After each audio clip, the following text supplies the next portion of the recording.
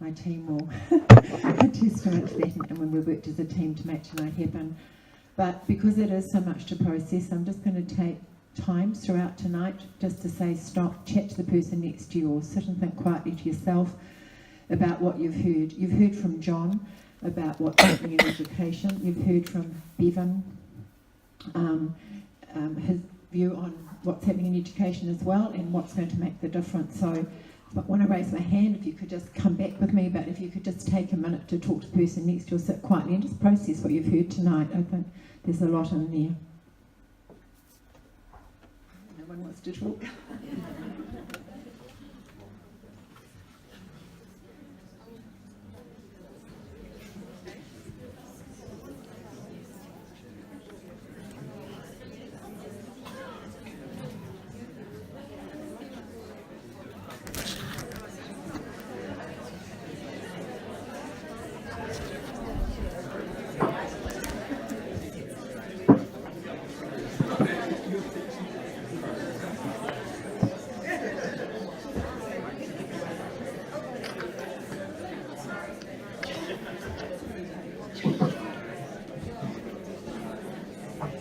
Right, so we'll just come back together. Thank you.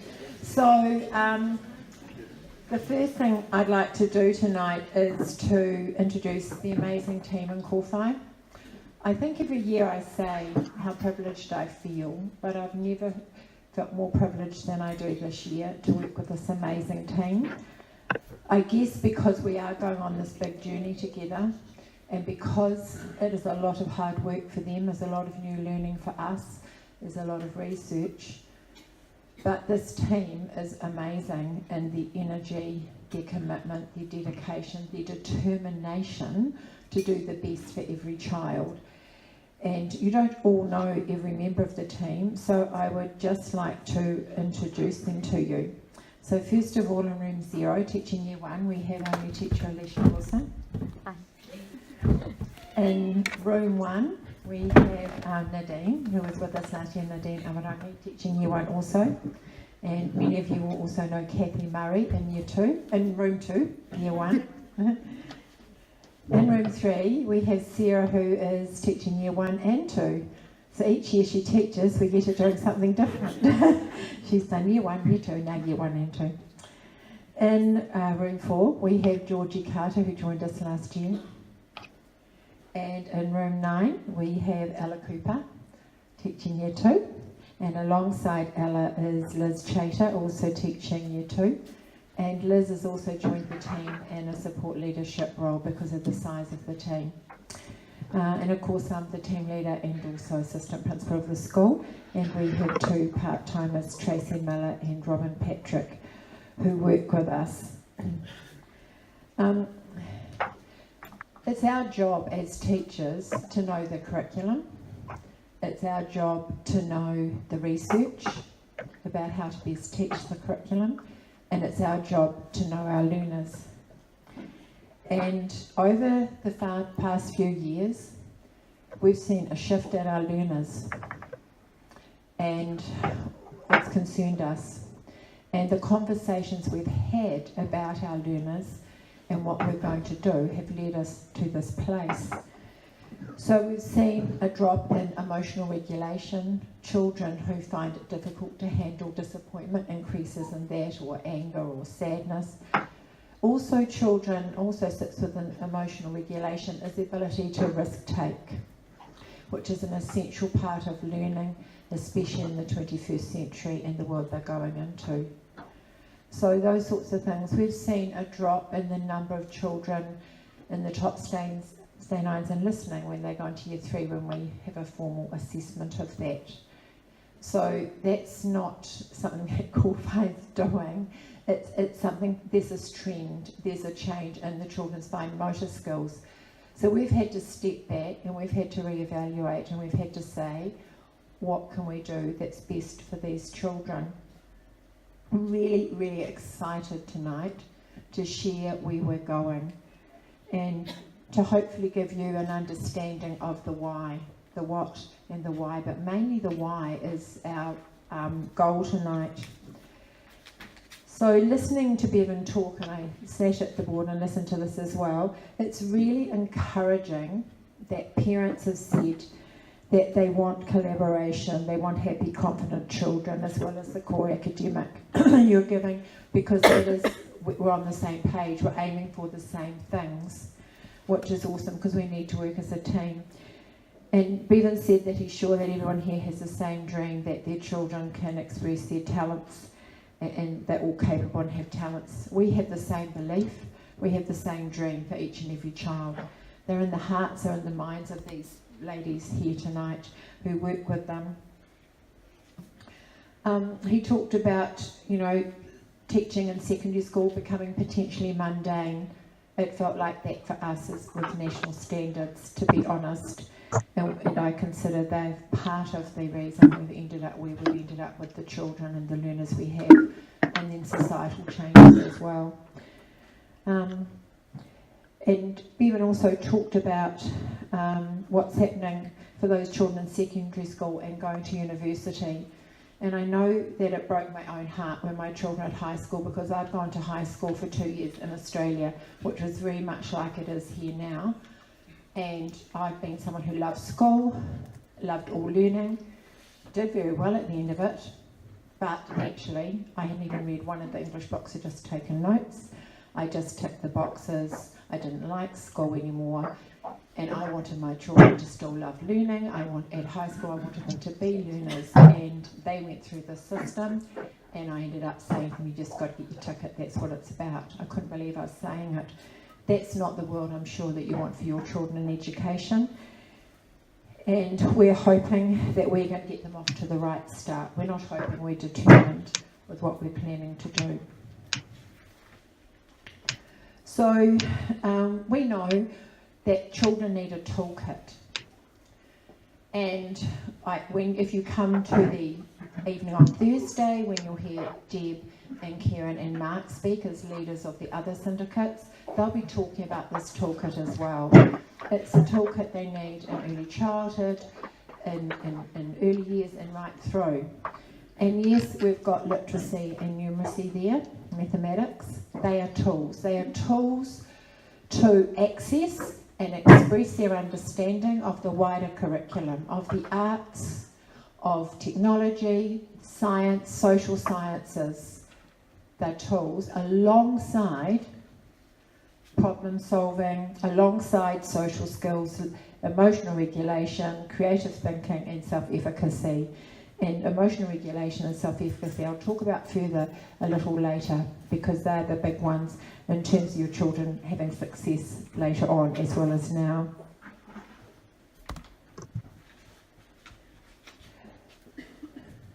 So as a team we went on this journey and seeking what to do. We were very fortunate in our team to have Karen Freeman, and as we are to have all our teachers, and she challenged me. She said, I want to run a play-based classroom. And I said, sure, go for it. But I was fortunate to have my office of her classroom for quite some time, and I walked through every day and I saw amazing things happening. That was really fortunate. And then as we discussed further and further about our learners, and we just kept going around in circles, said to the team, let's look at play, and we're just going to look, and at the end of it we're going to make a decision why we would do it or why not. We read some articles, we went to a seminar, and then we went to visit a school that was play-based. When we came back, we were very fortunate, we were given the day. We went and visited, we came back, we had time to process, to talk, and on the why not sheet was nothing. There was no reason not to do it, and on the why sheet it was full from the teachers of why we should be doing it, and that's what I'd like to share with you tonight. So for us to make sure that a child has a full toolkit, we need to do both these things. We decided we need to increase opportunities to play with skilled teacher guidance, and you'll see what we mean by that, and that we explicitly teach literacy and numeracy mathematics that is developmentally appropriate for every child. And that's the journey we're on. And very fortunately, we got the end of national standards after we made that decision, which makes it so much easier because now we can get on with teaching instead of teachers testing, not because they need it to teach, but because they have to report to you on national standards, and they're just checking exactly where they should be putting the children to tell the parents. They already knew those children, they already knew what they needed to teach, they worked with them every day, but they were spending time testing, and as we'll find out as we go through tonight, that is a really bad environment for children, especially children under 7. So it seems that everything has come together to make this a great opportunity for your children and for the teachers to really enjoy their jobs again to the best of their ability, and your children can only benefit from that. I'd just like to give kudos, I guess, to John before I move on, just to say that right through the national standards, John has kept us grounded and kept reminding us about what is important. The pressure of national standards has still been there, but John is a principal, so thank you, John, for that. I want to acknowledge that because we're very lucky to be in a school where the broader curriculum has always been valued. I'm going to struggle myself to see my own notes because my eyes aren't that good, I'm realising. So why play? Look, there are many reasons, but basically it's the best vehicle to develop the critical skills for your children for now and in the future. And I will read through these. If you want your children to have a happy, fulfilling life that includes a good job, the research would say, let them play as often as possible up to 7 and beyond, but especially up to 7. Creative and social play helps development of resilience, problem solving, positive self-identity, creativity and innovation. And from there, the children build that very important sense of locus of control.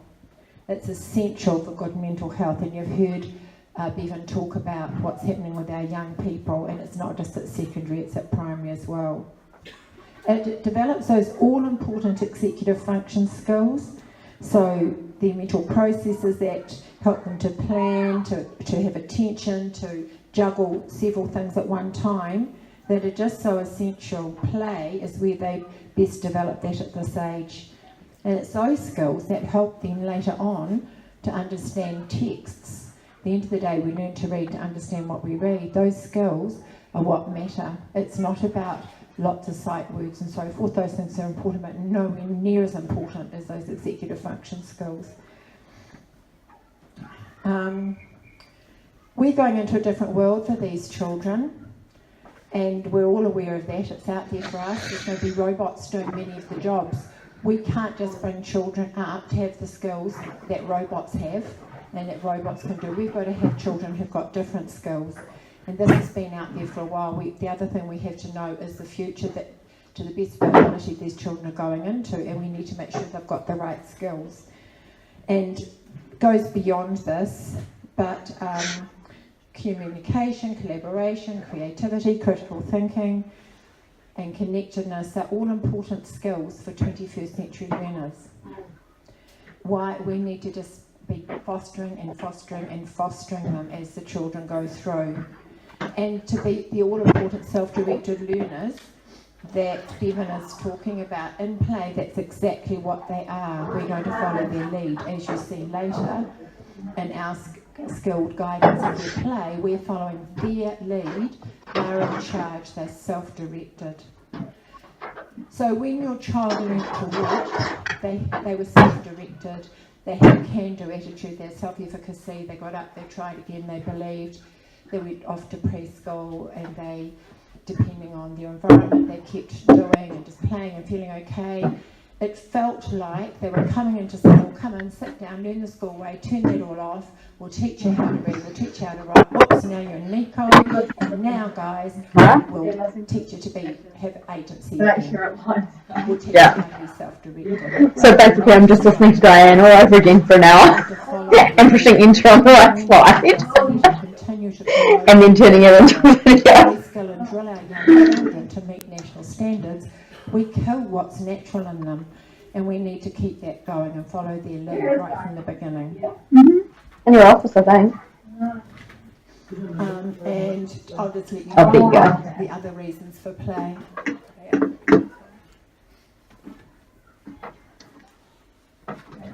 Press the warning. Thunder.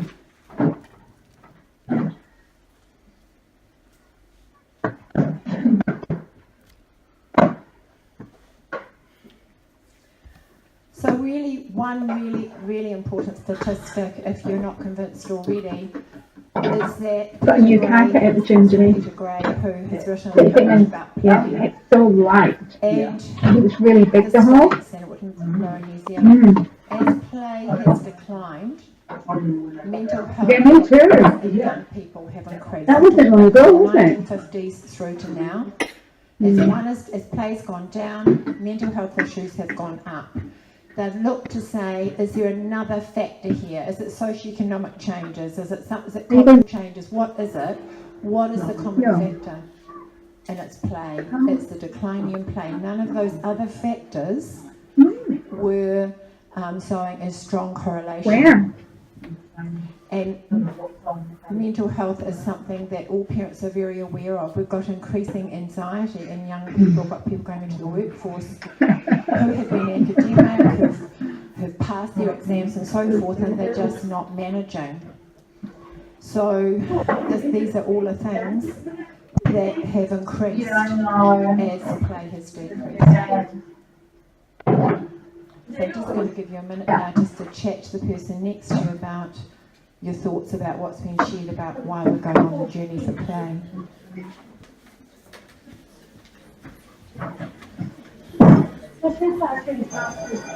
Is it? Yeah.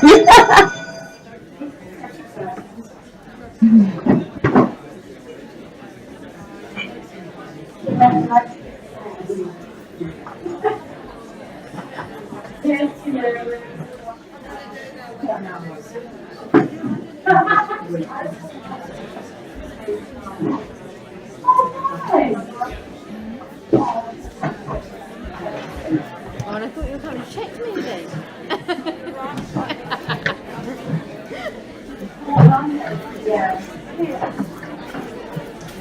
Okay, so now we've got the why. We'll look at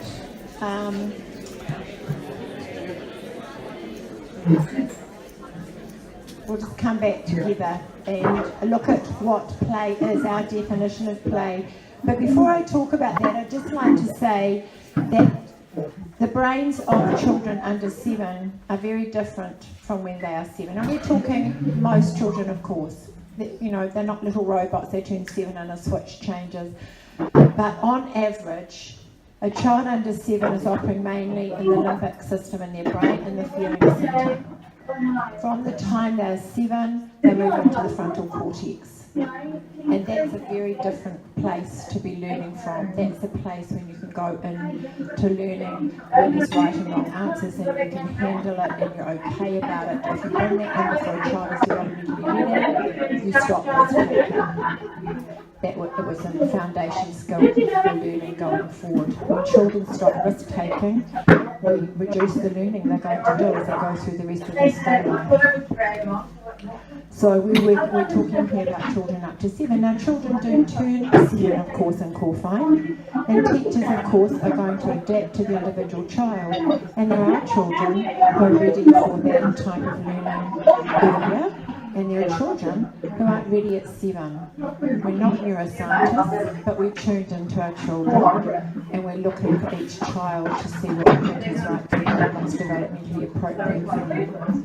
However, play continues to be important after 7, but before 7, there is nothing. Research shows there is nothing that leads to its deep cognition. Smooth, and then basically cut them out like scone sort of things, but the potato and everything you put them, yummy. Wish he put but he baked and Tim baked them a little bit. So what is play? Well, for a start, the child has chosen it and it's self-directed. It's process, not product-oriented. The children have established the rules and the structures. It's imaginative, not literal, removed from reality, and it occurs between people who are active or leisure non-stressed. People, not children, deliberately, because hopefully all play sometimes too, because it's good for us as well. So that's what play is. So these little poppets here in this picture of playing, they've built a boat, they've taped it together, and they were going on a voyage to South America. So, who knows where that came from? It'll be interesting to find out. Our job is to think, what are we going to do with that, from that observation? What are we going to do to build on that? Looking into social sciences, perhaps. Looking into science, perhaps, in terms of boats and floating, whatever it is, when we explore what their thinking is around that. Okay, so what are we doing? My parents are not having a coffee while the children are playing. Actually, our job is way harder. Back in the day, we decided children were going to learn about the olden days. So we planning.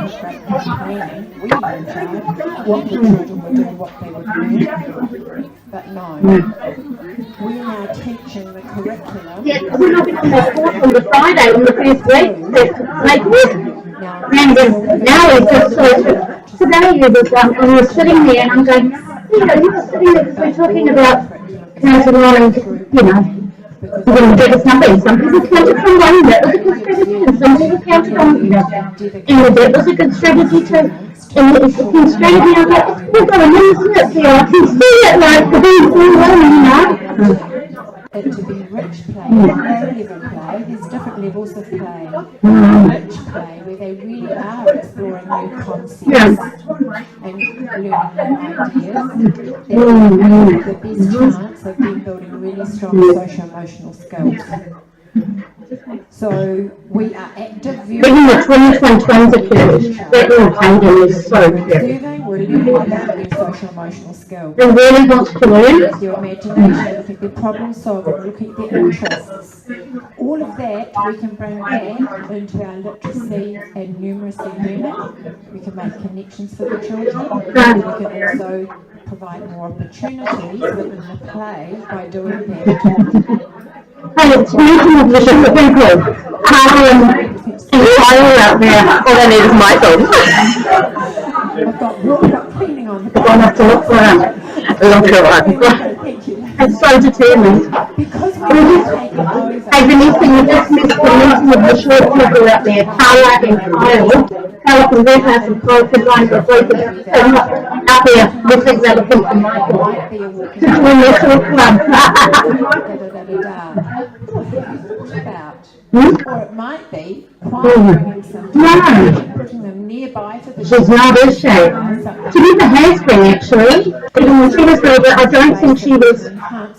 She was more stockier than Carla when she started school. No, not going home thinking about it. Wasn't she? She was stockier. After school thinking.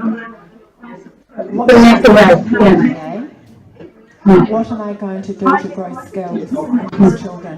What am I going to do for them to be learning in that boarding? So I hit a class of two. Examples in a minute. And then we need to collect the materials. Yeah. We need and I had a class in about beauty. Now it might be that we're observing that several of our children are and they get it to the skirt. I've had a class of two. The teacher will model. For about 2.5 weeks at last, and I was. Will be reinforced in play. It might be that children, when they're playing, are talking away, but other people around them are not actually involving them. It might be teaching them how to bring other children into the play in a more collaborative way. So teachers are identifying the social emotional skills that those children need, the collaboration skills that people said were so important in the survey. Me too. Me too for duty and your What's that for? Watching the local swimmer competing in Commonwealth. Where's it going to show? Carlton. The development of children is way of academic outcomes are higher than when they're in free play, but also higher I'm just so good. in our traditional classrooms. That's what we're aiming for. Look at the building up here. To set up for success for life. So let's have a look at what some play looks like. Now the children have only been playing for a couple of weeks, and the level of play will increase and increase through the guidance. I don't want to do chemistry. I feel too tired. I want to do interviews. He's made a Beyblade, and he's experimented to get it so it will work. So what we're seeing is technology, because he's come up with a design and he's adapted until it worked. That's technology. We're seeing maths, he's created a symmetrical shape. These are all opportunities for the teacher to be deciding, what can I add into the program, what can I connect to my maths program, follow this child's lead and enhance what he's already interested in. We all know when children are interested, follow their lead to get the best learning. Obviously oral language, he might actually then be asked to explain to someone else how to make it. So he's immediately learning to give instructions. Science, movement and force. That might be another opportunity his teacher might explore in terms of what she's going to put there for him to experiment with. And of course the key competencies which are also important. Obviously I'm going to go get some fish. I'm so stuffy and it's not just me, it's very when he was learning to walk, the same can do with the child learning to read. Yes, we're next week this day. Actually, what a child is learning athletics in every area of life. I must say, the other day something that She's still going, I think. I hate formal testing for a child. Don't like putting them in the wrong situation before seven. It's damaging. Yeah, I'm still going. Still got at least half an hour. When we do need to test, She talks a fair bit. we're very careful. Delightful. Pardon? A little poppet from room 3. four. My first one's 3:15. Oh, thank you. Oh, that's nice. To make Stress. basically. It's okay. We don't have to do the work. That he's going to get it. He's relaxed. Because did you have anyone else lined up to take the last block, or? Oh, this is on CRT, so she's got someone in there the whole block. Because wrong answers. Oh, thank you. Cool.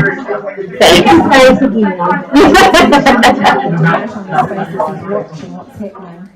So now we're going to show They love the outdoor show.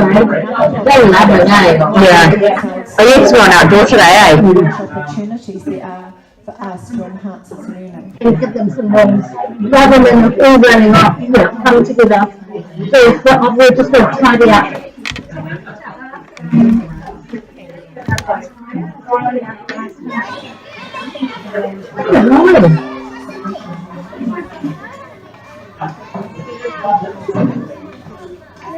One is vegetarian. One is yours. What? American. Pardon? Oh, so he gave me a bag of Easter eggs yesterday. Oh my God, it still love me. He's so cute. A nice little boy. There's some nice birds coming.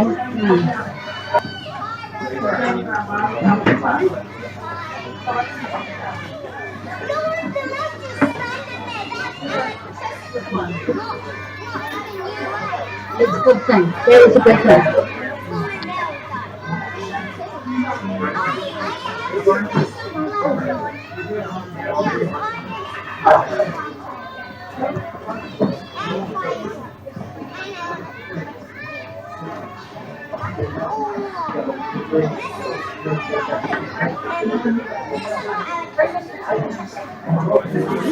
Oh, I dropped much water today.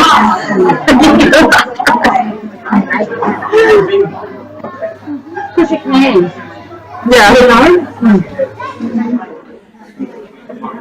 That delightful clip, obviously. Let's cover he's going to be using.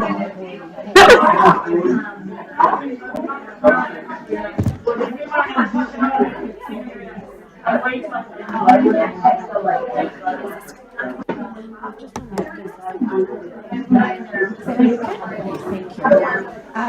It's also social sciences. He might be interested in electricians, and we can be looking at the roles that we have in society if that's the route he wants to take.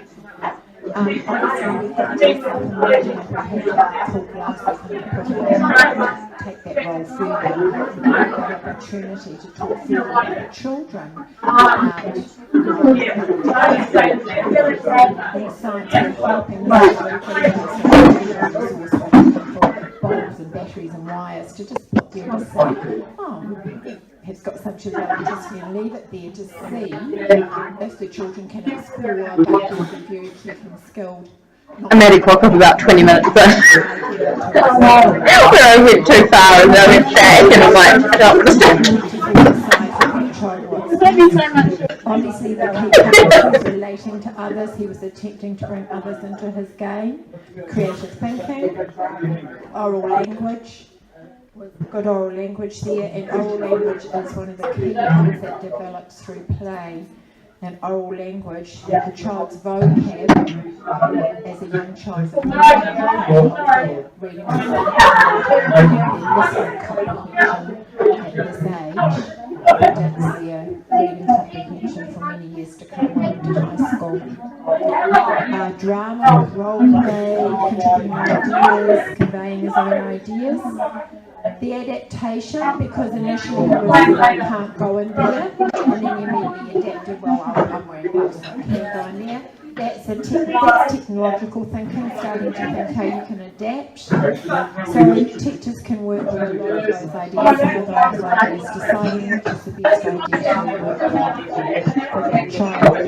So take a minute now just to talk to parents about what you've seen and what these children are doing. Are you surprised? Are you curious? Or whatever comes into mind.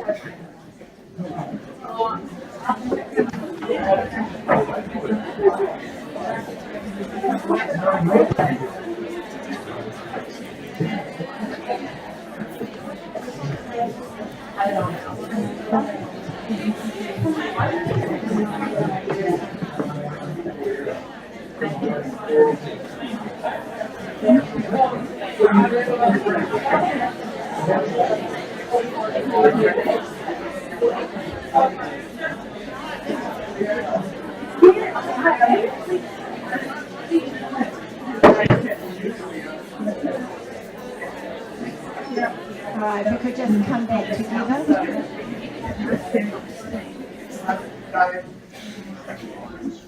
Thank you. So there's two things in that toolkit I want to focus on, because they're two of the things that the research shows makes the most difference in terms of where your children will be as young adults. If you're looking at all of the things happening in the life of a 3 to 7 year old, 5 to 7 year old, and looking what right now that's happening in their lives is going to have a correlation and they're in a relationship, or in a job, friendships and so forth. What is it that has the biggest correlation? And it isn't the academic skills, because research shows it mainly plateaus out by 8, and for very few it will plateau out by 11. But the next two things that were in that toolkit are the ones showing to have the greatest correlation with what happens to them in adulthood. We all know people who are highly academic, who live their lives as norms, have worked out to be the we all know people who weren't academic, and who are fulfilling lives as these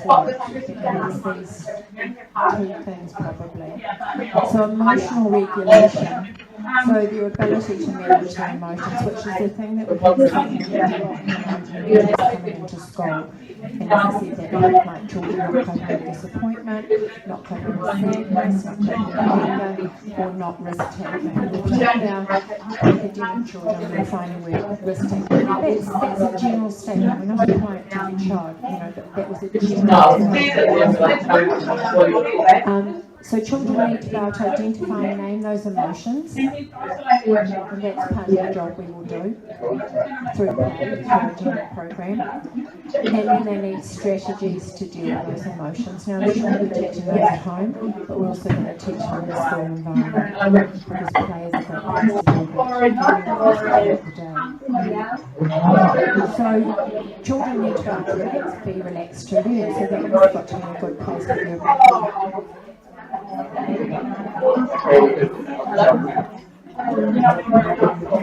I was offended.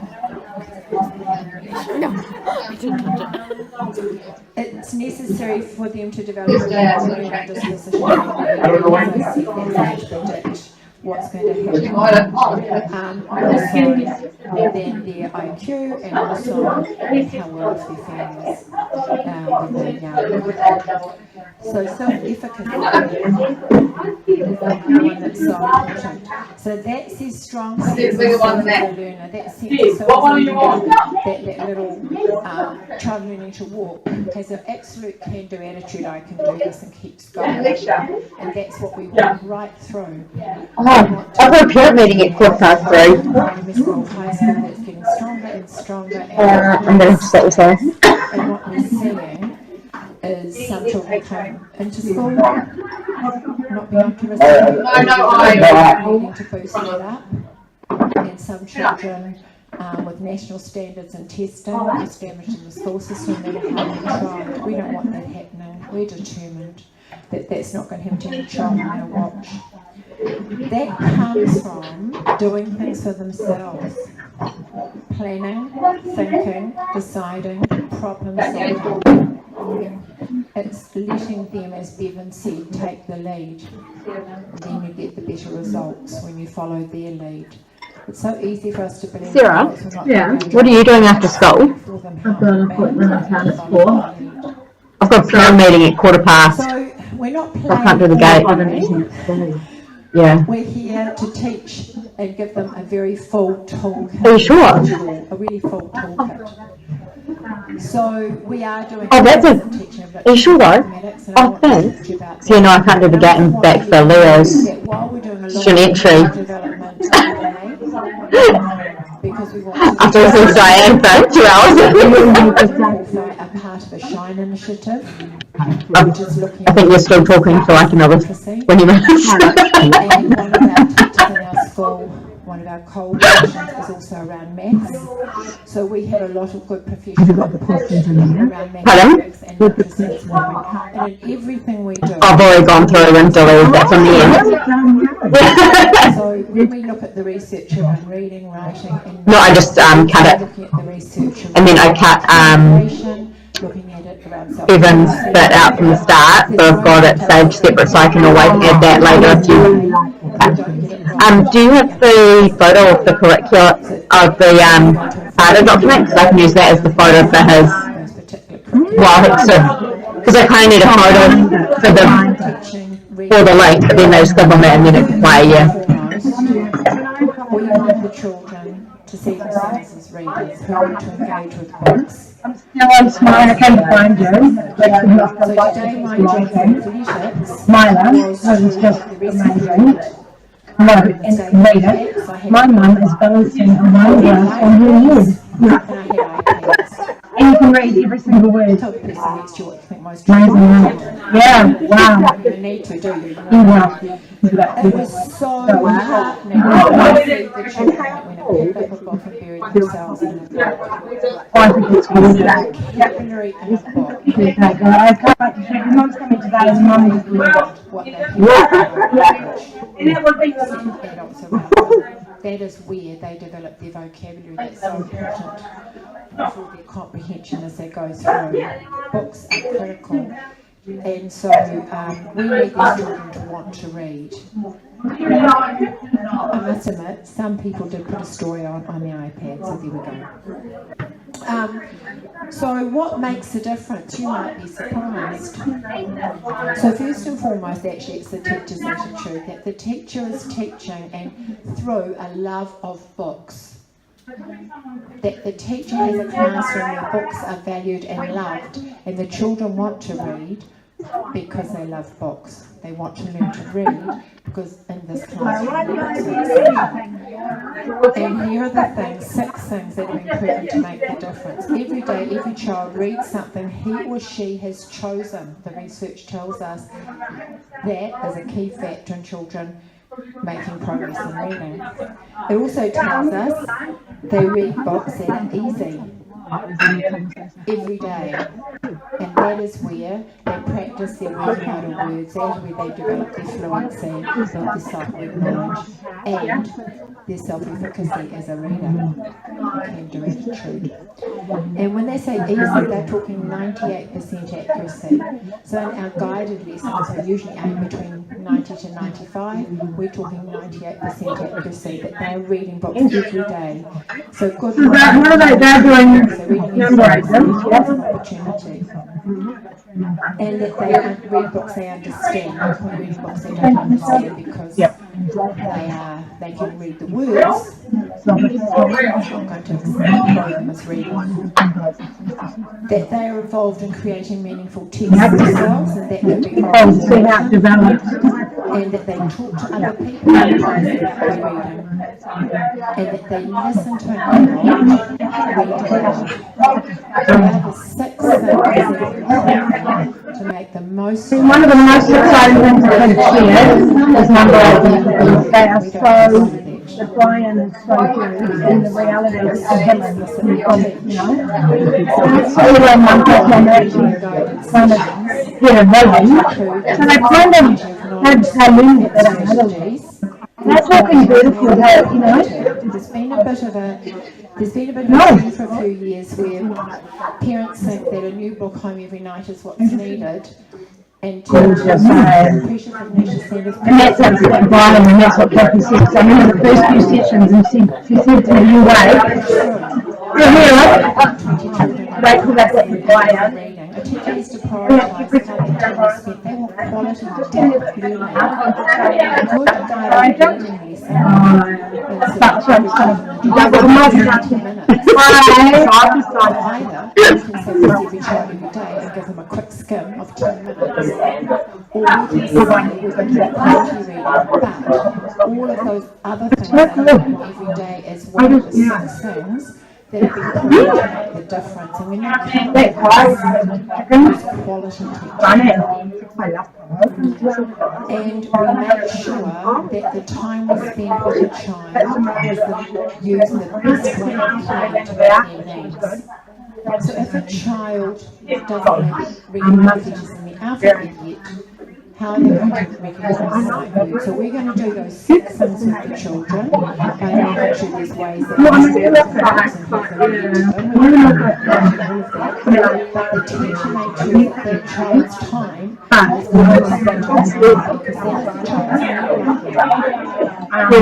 it might be that this child is fluent, the child's going to focus on fluency, and that doesn't mean going up the levels, it means going down the levels to get the fluency right. So the teachers are going to prioritise what that time is spent on, because we want good reading partners, children who want to read. So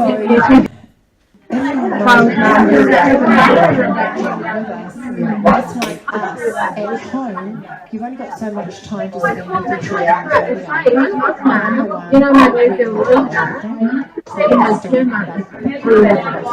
And then they grow religious, like very, but she gets such a laugh. I think about it doesn't as well. Like even like I said about how losing like PlayStation and like that, like you know, and that's why Luca's got like stuff here. Oh, gorgeous, yeah. And then well, Mum's been away, It's really good. for those children. That's why. We have to be able to say, Really this is a child we need to adapt our program